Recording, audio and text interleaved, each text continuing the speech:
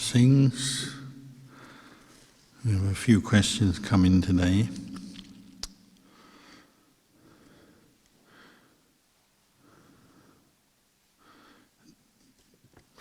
Dear Luang Por, is there any point meditating for just 5 or 10 minutes per day?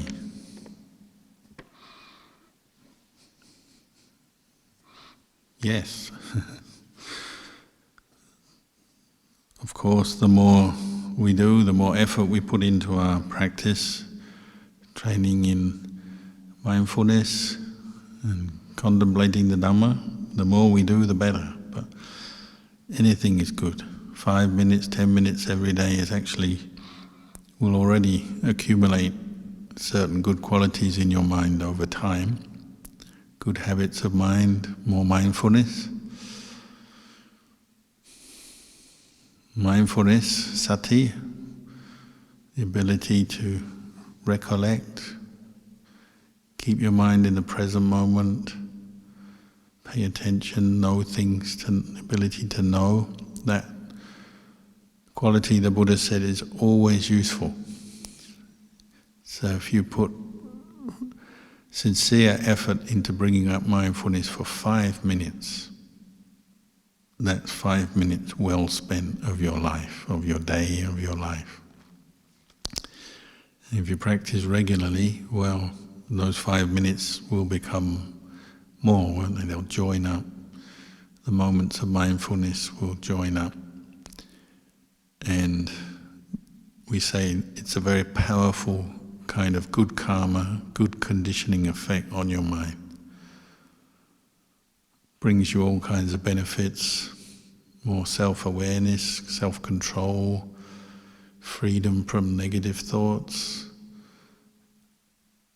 Ultimately brings you insight, wisdom, understanding.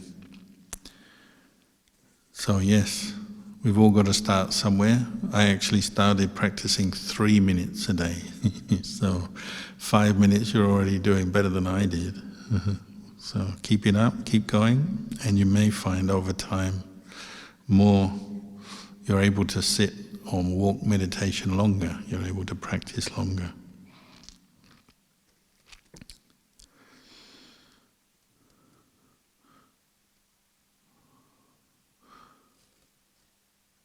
What are the best chants to do?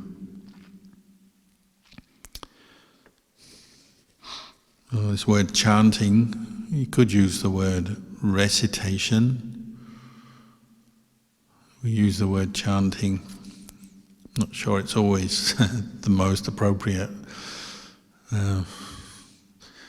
When I was a teenager, I used to go to football matches in the UK, and they would chant many things, none of them to do with Buddhism, and none of them very wholesome.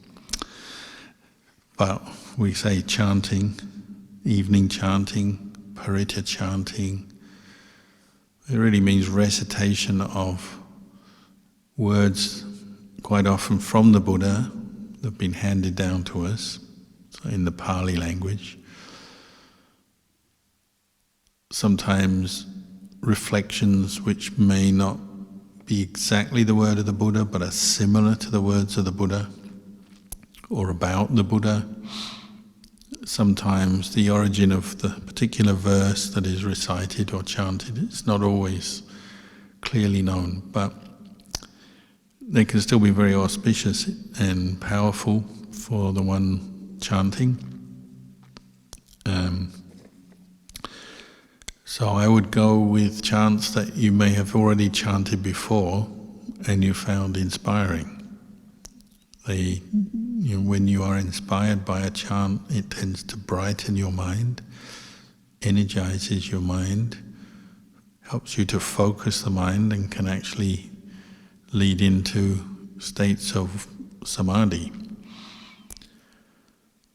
So it's a form of meditation, mental training, to recite words. Best of all is to remember the words, learn them, remember them, commit them to memory, and then you can bring them up any time, any place, without having to refer to a book or someone else. But if you're totally new, you haven't chanted before, so you don't yet know what is the best chant, well, maybe start with simple things like you just heard. If you've been part of this service, we have something we call, in the monastery, we call evening chanting, morning chanting, which usually involves a number of different verses, reciting in praise of the Buddha, the Dhamma, the Sangha, recollecting the qualities of the Buddha, the Dhamma, the Sangha, bringing up different reflections, such as the reflection on universal kindness, well-being, compassion, reflections on impermanence of the body, of the five khandhas, and so on. So traditionally, many of the verses that we recite on a daily basis are both reminding us of the teachings and giving us a basis for insight, for reflection as well.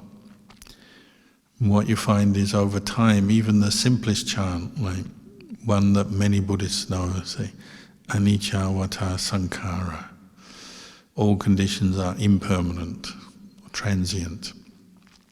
We hear it a lot as Buddhists, this verse, but it's very apt. It applies to so many things in life. You know, your mood, your thoughts and feelings are transient. They change, they arise, they cease. Your body is constantly changing. The material, physical world around you is changing. Other people change, things change. So sabbe sankhara anicca is very useful.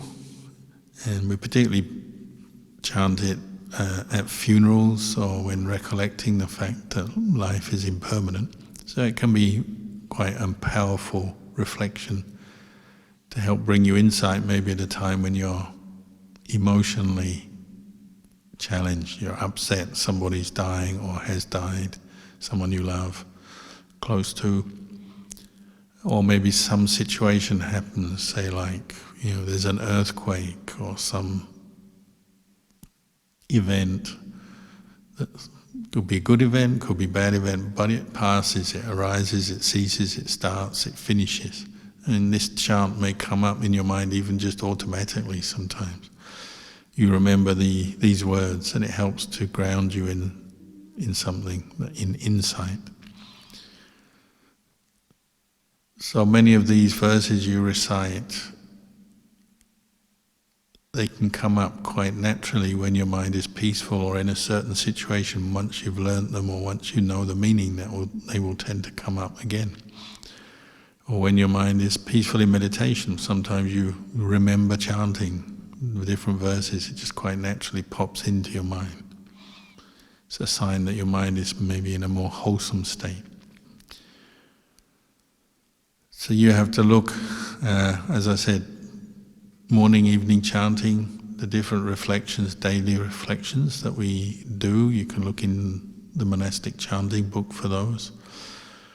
And then there's other chants, paritta chanting, auspicious verses, many of which come from the words of the Buddha.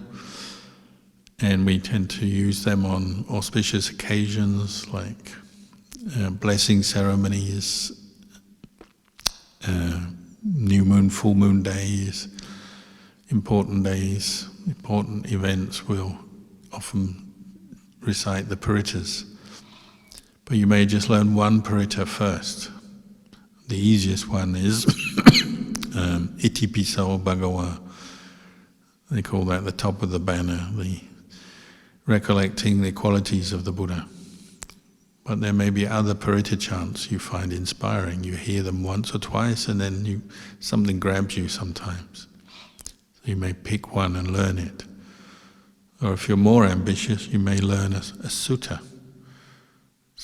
So the Dhamma Chakkapavatana Sutta or the Karaniya Metta Sutta, Buddha's words on loving kindness, or the sutta setting forth in motion the wheel of the Dhamma. Or tonight we chanted Anapanasati Sutta, mindfulness of breathing. If you learn these suttas by heart, that can be a kind of meditation, and it can also remind you how to practice what you're doing, give you wise reflections. And it's just a very skillful thing to do with your mind. Some sutras, some chants, verses are more devotional and bring up a lot of faith, positive emotion. Some are more inclining the mind towards reflection, insight, wisdom. So you see what suits your character. And you may experiment a bit and learn one or recite one or two until you decided this is a chant I like, and then you really learn it by heart. Could also say they're all good, so it's not really a waste of time to chant any of the auspicious chants, but just perhaps notice which one really grabs your attention or brings up some positive energy when you chant it.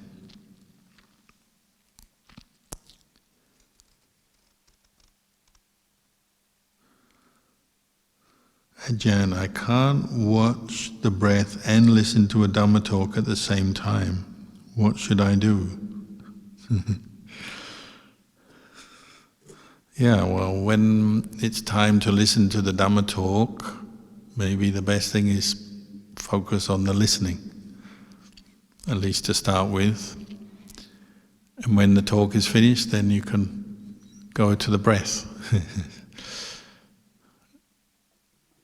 Life is full of different activities, even Dhamma practices. So yes, it's hard to do two things at the same time. You can't really put your mind in two places. So listening to Dhamma is a form of meditation. It's a way of training in mindfulness, and then you may be following the words, and some of the words have good meaning for you, and it may just help you to understand something more or remind you of something that is helpful.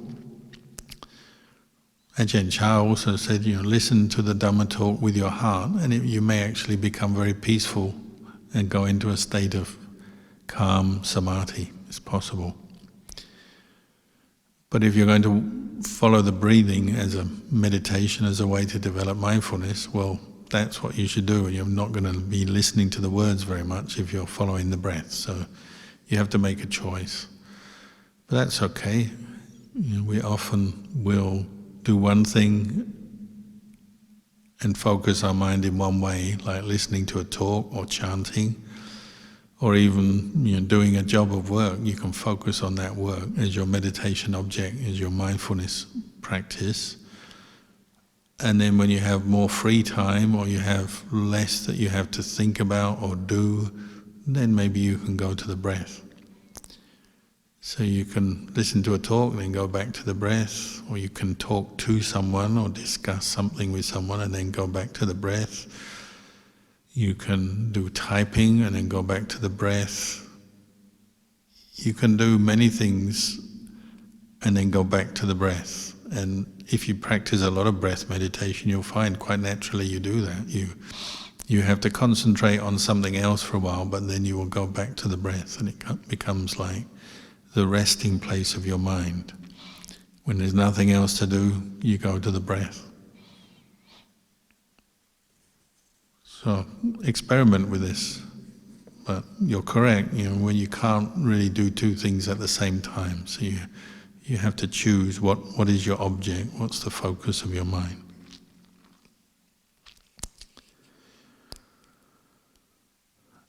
Ajahn, there was a time when I did meditation at home in the daytime, and I experienced my body disappearing. I feared that my body might not return, and so I stopped continuing with the meditation at that time. What's going on with my meditation? What should I do if I experience this same thing again?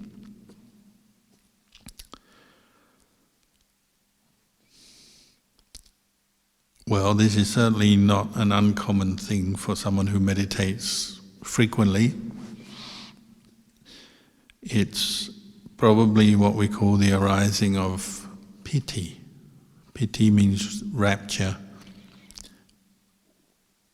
that arises as you place your mind on a wholesome meditation object. So becoming mindful of the breath, for example, or reciting Buddha or any of the other meditation objects. The mind is settling down and focusing awareness on the object more and more, so letting go of everything else. As you let go of physical sensations and the concerns about your body and the sensations, you let go of different thoughts and emotional reactions to things, your mind becomes more and more one-pointed, more calm, more steady. And usually it will feel good because of that. There's a sense of well-being starts to arise. The meditation becomes more enjoyable, more interesting. Your mind becomes brighter, happier, probably not bored when the mindfulness is more continuous. You're not bored with it, so it's not so hard to do then. And rapture arises in different ways. And generally rapture begins as just a feeling of being relaxed in body and mind, a lightness of body and mind. But it can have specific manifestations, or sometimes you get waves of rapture going up and down your body, say.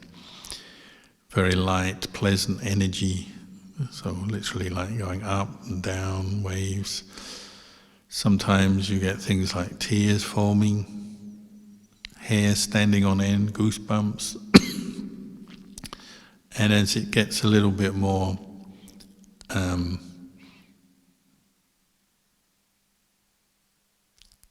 deeper, your mind goes deeper into the meditation, as in your mind is with the meditation object for longer and longer. There's less moments when you're distracted or caught up with hindrances.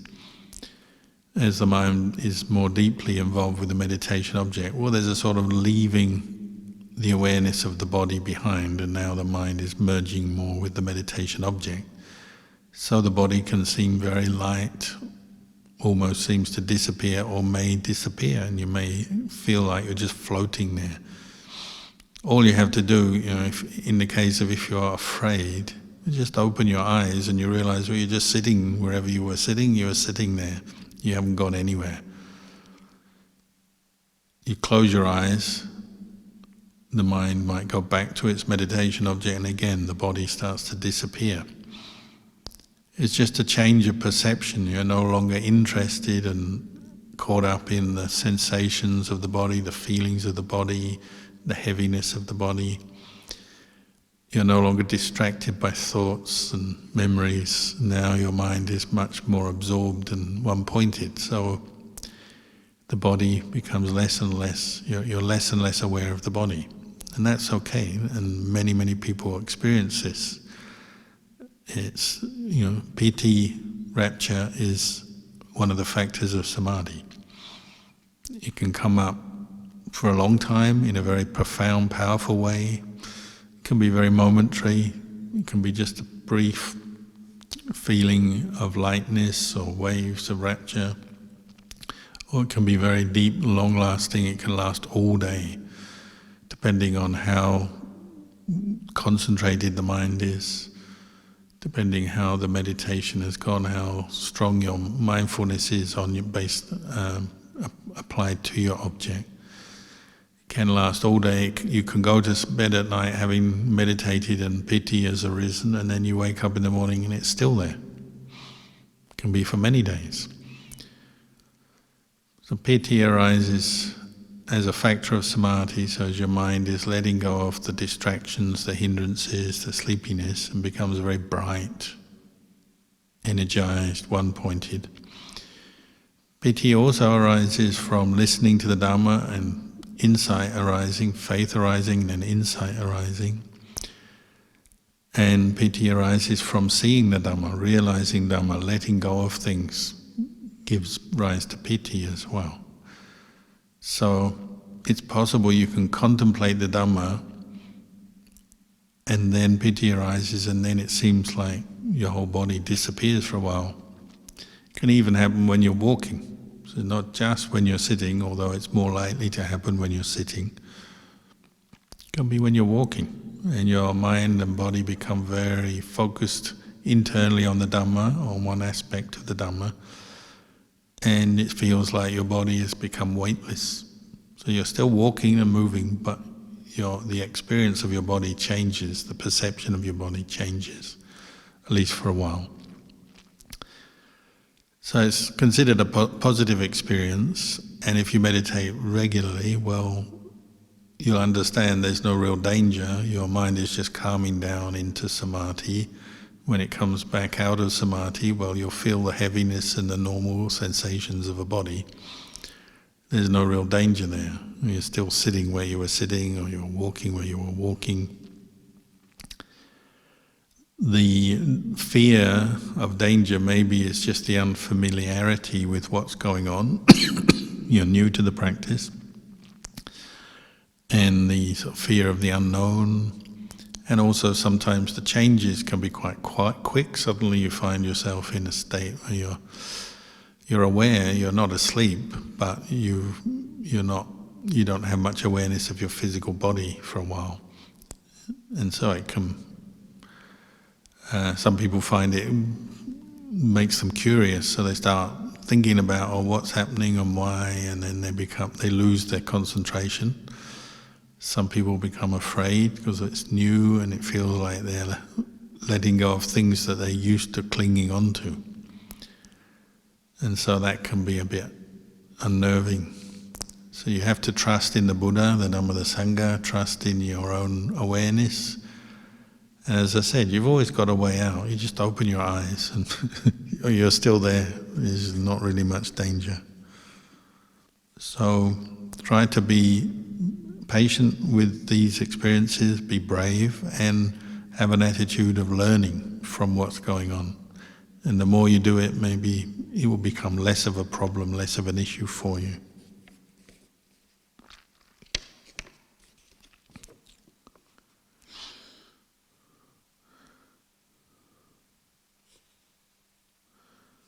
Ajahn, is it a common thing to see bright lights during meditation and before the end of meditation? Should I just be mindful and watch? Yes, number one, always be mindful. Always keep your attention in the present moment. Try not to get lost in your imagination, daydreaming, streams of thought based on different emotions, and try not to fall asleep. All of these are what we call the hindrances to meditation. So yes, mindfulness is your priority in your meditation, to be and maintain mindfulness. So we generally are using objects for that, meditation objects. And then watch, observe what's going on, because when you are mindful, you're paying attention. You can look, learn, even internally, from how your mind, your body are from moment to moment. You also will remember things. So sometimes you learn by being mindful during your meditation, and then after the meditation, you start thinking again, and you can ponder things, try and understand things, and you can remember what happened when you were mindful. When we're not mindful, say if you're sleepy or you're just so caught up in a worry or some issue, well, often you don't remember very much because you're not fully mindful. So the Buddha said, with mindfulness, your memory improves and your ability to remember what you've done and what's happened improves. So as far as experiencing brightness of mind, that's very common, very normal. And sometimes the mind gets very bright. Usually your eyes are closed. This is an internal brightness of the mind that is settling down and becoming more calm, peaceful, brightness of samadhi. It can be momentary, it can be long-lasting, it can be a vague brightness, like the dawn, the brightness of dawn. That sort of, there's light, but it's not yet the brightness of the sun, full sun in the midday sky. But it can be. It can also be like the brightness when your mind becomes very concentrated. The brightness can be so bright that there's no way you could fall asleep or get caught up into your daydreams at that point. The brightness of the mind is reflecting a deep state of concentration. So yes, it's possible, and there's nothing much you need to do. You just maintain mindfulness either on your object, such as the breath or Buddha, and just be aware the mind is bright. Or if the brightness becomes sort of the center of your awareness, just keep your awareness from moment to moment and know there is this bright light. The mind is bright, the mind is in a wholesome state. And try not to let it distract you, try not to cling to it. You cling to a bright light and the bright light fades, then you might get disappointed or have a reaction. The bright light is kind of a sign that your mind is peaceful, and that's the main thing you need to know. So I would suggest not to get too caught up in the light itself or thinking about that, but just to maintain your mindfulness and know at the moment the mindfulness is continuous, strong, and the light has come up, the mind is bright. Sometimes, as I said, mostly this is when your eyes are closed, but if your mind is very bright, maybe your eyes are open and you can still experience bright lights, the brightness of the mind, the aura of the mind, your aura, other people's auras. These are possible, but not for everybody and certainly not all the time, but it's possible.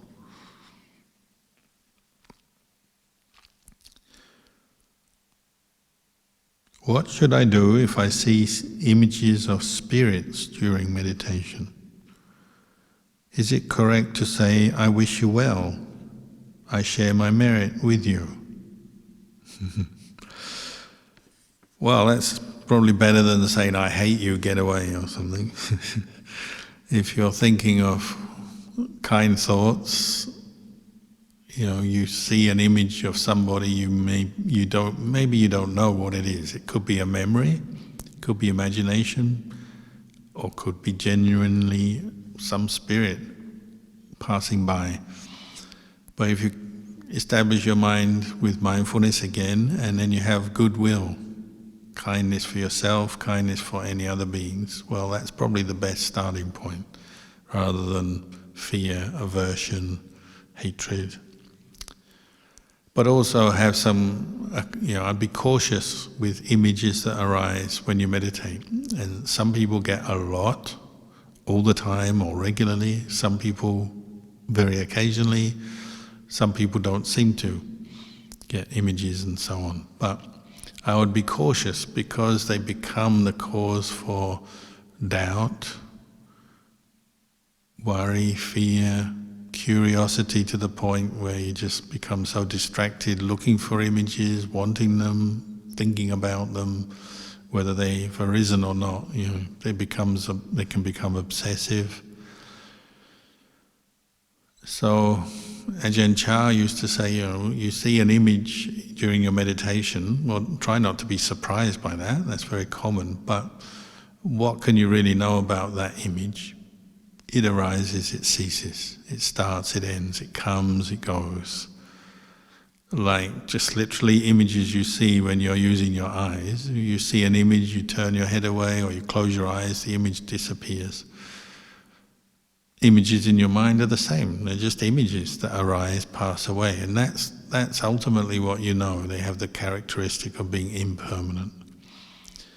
What's impermanent is also not so solid. It's not a self, it's not me, you. It's an image. For somebody who's maybe more experienced in their meditation, they may know this is something connected to another being, or maybe not. But just keep an open mind. Keep grounded in the mindfulness that you're practicing, the reflection on impermanence. It arises, ceases. And like you say, keep goodwill in your mind, and if you really believe there's some spirit, something there, well, just wish them well. May they be well, happy.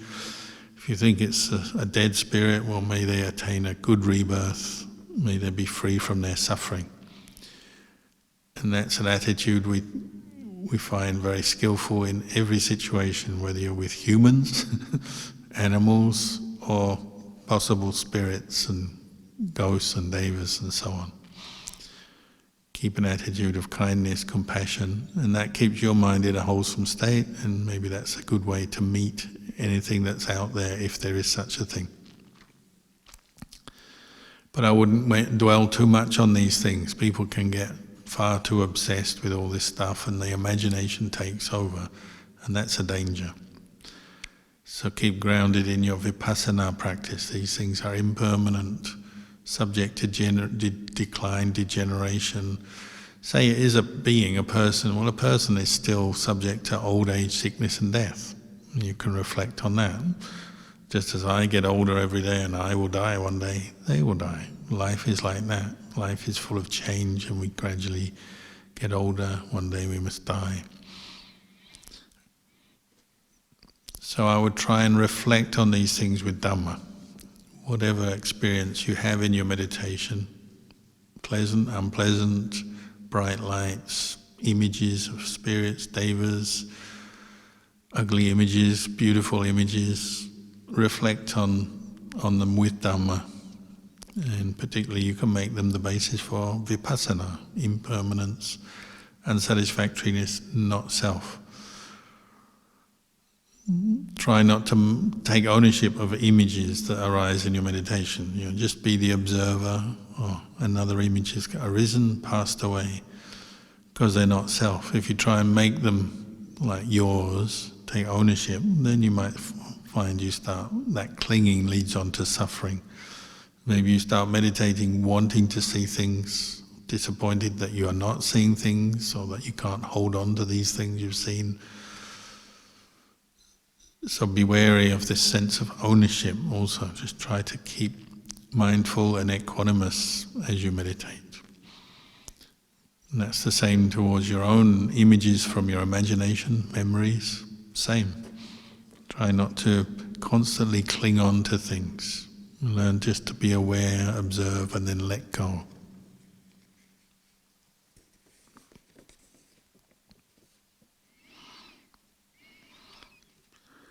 How do you deal with anger and bad feelings towards someone who has already passed away?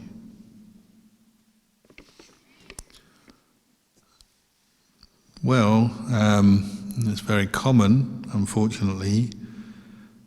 As we practice more mindfulness, we're developing this ability to be aware of yourself from moment to moment, whether you're meditating or any time. So if you have a memory and you're associating, there's certain emotions associated with that memory, say of a person who's passed away, be aware of how you're feeling first. Oh, I'm feeling angry, or I have this issue that I think of when I think of that person, their memory. And it stirs me up, maybe you have negative thoughts, feelings. Just be aware of what's going on first. And then dissect it, analyze it a little bit. There is a memory of this person you perhaps live with or spent a lot of time with. There's the feeling that's arising in the present moment, prompted by that memory arising. You hear their name, you think of them, you remind some event and remind you of them. These feelings come up and you remember, oh, I'm angry with them, and it still comes up. Okay, but just try to be mindful of the feeling, the thoughts, the memory, and see the suffering of clinging on to all that. If it's more negative or anger, that's suffering when you cling to it. So investigate that and see the suffering of clinging, and see if you can change that. As you become more mindful, maybe you can just let it go and say, oh, it's the past. I'm not going to cling on to the past or this anger towards that person. Maybe you have to forgive them or just accept them. Even if they've hurt you in the past, it's the past. And if they've already died, well, it's clear to you that they've passed away. So you can even wish them well. May they be at peace wherever they are. May they be at peace. So try and ground yourself in mindfulness and accept, well, if someone's died, you can't talk to them anymore, you can't get them back, and you have to accept that. That's nature. When we can't accept the truth or the nature of things, we suffer. So if even someone you're angry with, you have to accept they've gone, well, let them go. And maybe you can learn things from the whole experience. You know, if there were bad feelings and bad things happen with that person, well, see what part you played. Maybe you can reset your behavior for current relations with other people so you don't develop quite so much anger in the future. Learn skillful ways to let go of your anger, to forgive others, and move on in a skillful way.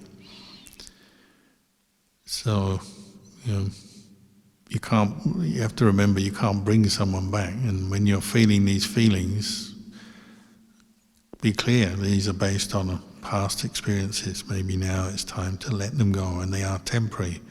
So the more mindful you are, the more you can see they're just feelings that arise, pass away.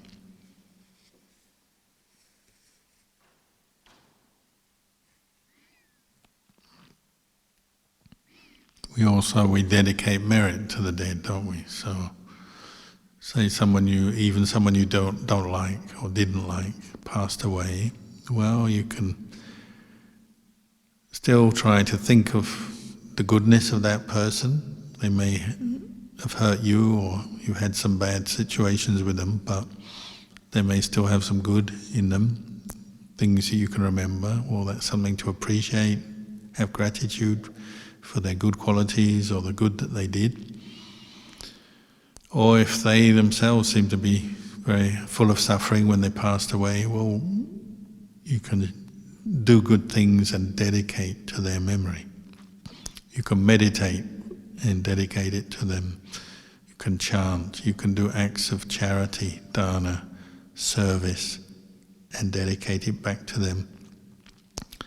You can just try and do good things, if you have a job, just try and do your job well for a day and say, I'll dedicate this to the memory of this person who's passed away. May they be happy wherever they are. Generally your mind comes up better when we think in a more positive way. So sometimes we have to consciously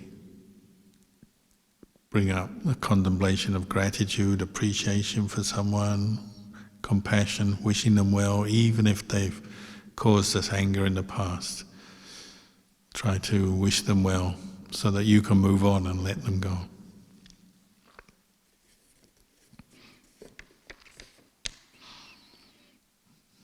Last question. Considering rebirth to the various realms, such as the Brahma realm, ghost realms, these possibilities speak to me as a place for rebirth. I'm asking about the time or times of rebirth. Is it possible that we could be reborn into a different era, such as a time frame of living in years past, such as 200 AD, or the time of the Buddha? Well, you can't go backwards for your rebirth. You may have been born in the time of the Buddha.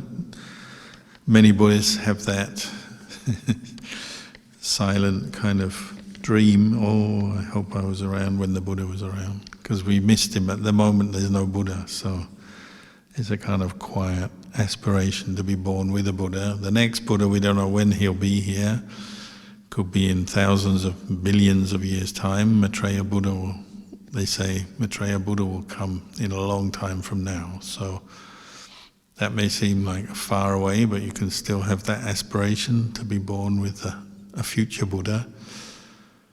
And you may speculate, oh, was I born in the time of the Buddha? Where was I in the past? But we can't travel back in time, so we can't make ourselves be reborn in the past. That's not possible. But remember, this is speculation, isn't it? Unless you have some clear nimitta, image, past life memory, which some people do occasionally, even then there still may be some speculation involved, because it's still just an image, a memory, unless you're really skilled with the mind, and very few people are. If you're very skilled, you may attain fourth jhana and have the ability to recollect past lives, one of the psychic abilities that comes with jhana and people who have really trained their mind. But there's very few of them.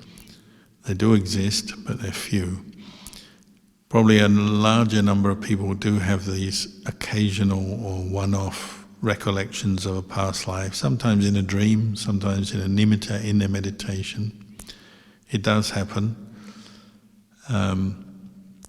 It's not so much a skill that they can just turn to recollect their or someone else's past life. It's just a one-off that comes up when the conditions are right. So it's possible, and you know, some people recollect and they have clear understanding of when they lived, where they were, what happened, what era it was. Some people is much, and probably more common, is just much more vague. It's a vague recollection of or memory of a past life sometime. They don't know exactly when. People do get that. You kind of get different grades of past life recollections, depending on the clarity of the samadhi, the peace of mind, depending on different conditions. Our society nowadays doesn't really support this kind of thing, so people are often very embarrassed to talk about past life recollection. They keep it quiet, suppress it, try to ignore it. And maybe that's okay to a certain extent. Perhaps it's true, because past life recollection is just that. It's just a recollection. Just as you can remember what you did yesterday or last year, some people may have a recollection of last life. Does it help you? That's the question, isn't it? Do you learn anything from this past life recollection?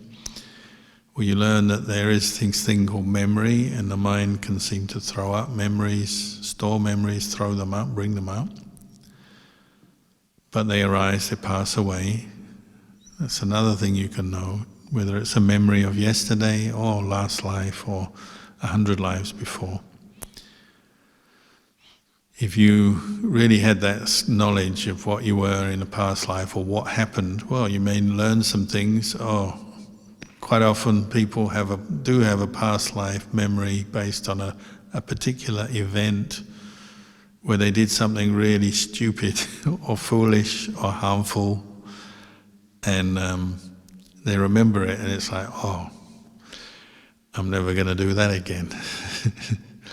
Or occasionally it's a good thing, and that gives them conviction that doing good things really helps you, not just in one life, maybe into future lives.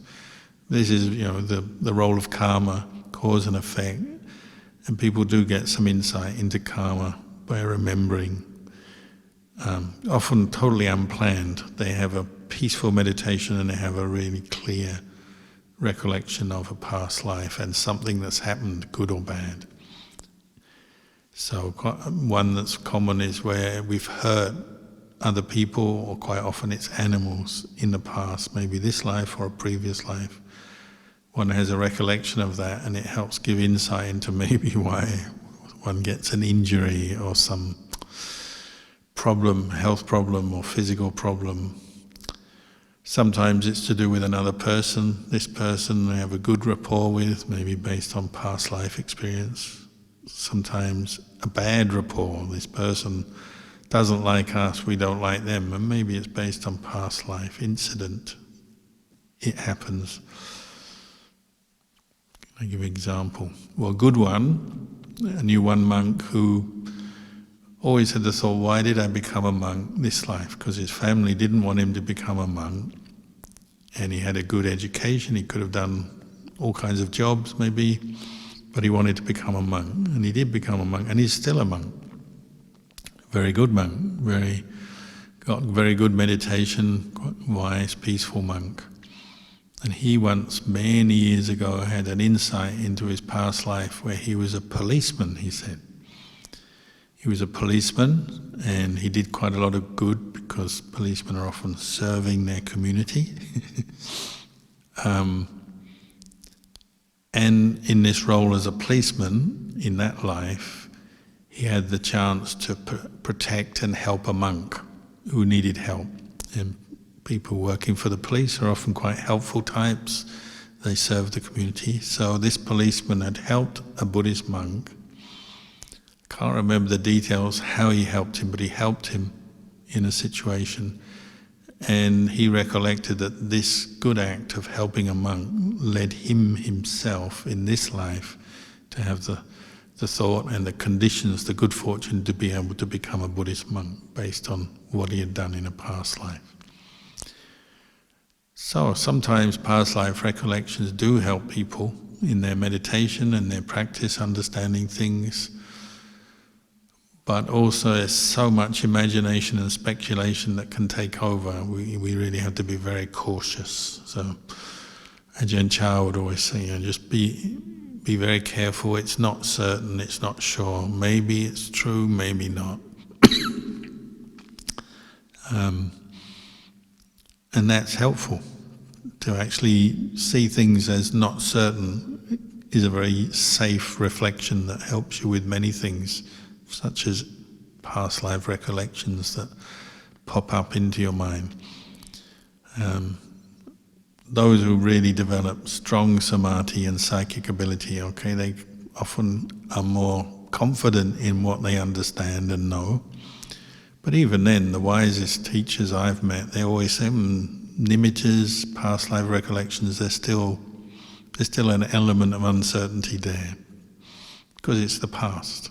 Just as predictions and premonitions about the future, there's always an element of uncertainty. So you keep that in your mind to ground you in reality that things are uncertain, subject to change. They're not sure. So maybe I'll leave you with that reflection tonight, and we'll leave the Q&A session there.